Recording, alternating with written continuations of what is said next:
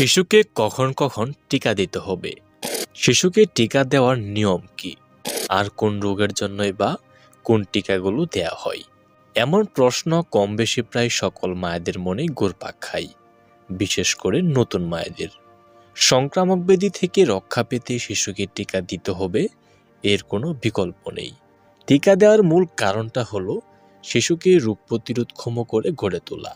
যদি আপনার শিশুকে আপনি নিয়ম অনুযায়ী টিকা না দেন, তবে আপনার সন্তান মারাত্মক কিছু সংক্রামক ব্যাধিতে সারা জীবনও ভুগতে পারে।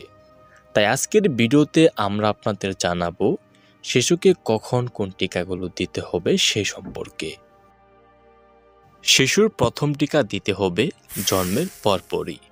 এ সময় শিশুকে যক্ষ্মা রোগের জন্য বিসিজি ভ্যাকসিনটা দিতে হবে। এই ভ্যাকসিনটা যে জন্মের পরপরই দিতে হবে এটা বাধ্যতামূলক নয়, তবে সবচেয়ে ভালো হয়